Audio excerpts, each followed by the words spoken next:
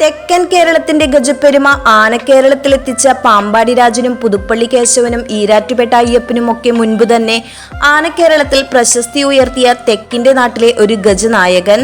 തിരുവിതാംകൂറിന്റെ ആനക്കാഴ്ചകളിൽ പ്രൗഢിയായി നിലകൊണ്ടിരുന്ന ആനക്കാരണവരിൽ പ്രധാനി. ഒരു കാലത്ത് ആനക്കേരളത്തിന്റെ സുവർണ സിംഹാസനം അടക്കി വാണിരുന്ന ഗജരാജൻ ചാന്നാനിക്കാട് അയ്യപ്പൻകുട്ടി. കുറച്ചു വർഷങ്ങൾക്ക് മുൻപ് വരെ നിരവധി കൊമ്പന്മാർ അരങ്ങുവാണിരുന്ന ചാന്നാനിക്കാട് ആനത്തറവാട്ടിലെ അറിയപ്പെടുന്ന ഒരു കൊമ്പനായിരുന്നു അയ്യപ്പൻകുട്ടി. കോന്നി ആനക്കൂട്ടിൽ നിന്നും അവസാനം ലേലം ചെയ്യപ്പെട്ട ആനകളിൽ ഒരുവനായിരുന്നു ഇവൻ. ആദ്യകാലത്ത് ചാവറ അയ്യപ്പൻ എന്ന പേരിൽ അറിയപ്പെട്ടിരുന്ന ഇവന്റെ അഴകും പ്രൗഢിയും കണ്ട് ചാന്നാനിക്കാട് തറവാട്ടുകാർ സ്വന്തമാക്കുകയായിരുന്നു.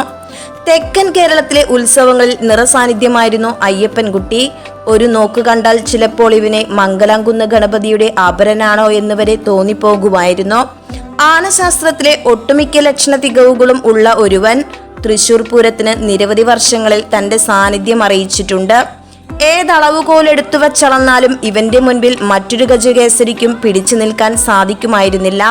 നെറ്റിപ്പട്ടം കെട്ടി എഴുന്നള്ളിച്ചു നിന്ന ഇവന്റെ അഴകും ഗാംഭീര്യവും ഒന്ന് വേറെ തന്നെയായിരുന്നു. 1995 പുറത്തിറങ്ങിയ പ്രായിക്കര പാപ്പാൻ എന്ന മലയാള സിനിമയിലൂടെ ഇവൻ ആനപ്രേമികളുടെ പ്രിയങ്കരനായി മാറി. തൃശൂർ പൂരം, തിരുവൻവണ്ടൂർ ഇത്തിത്താനം ഗജമേള, ആറാട്ടുപുഴ പൂരം, തിരുനക്കര പൂരം, പഴഞ്ഞി പെരുന്നാൾ തുടങ്ങിയ പ്രധാന ഉത്സവങ്ങളിലെല്ലാം അയ്യപ്പൻകുട്ടി നിറസാന്നിധ്യമായിരുന്നു. ആനകൾക്കായാലും മനുഷ്യർക്കായാലും പ്രായം ഒരു മുഖ്യ ഘടകം തന്നെയാണ്. പ്രായാർധിക്യം മൂലമുള്ള അസുഖങ്ങൾ കാരണം തന്റെ 65-ാം വയസ്സിൽ അയ്യപ്പൻകുട്ടി ഈ ലോകത്തോട് വിട പറഞ്ഞു.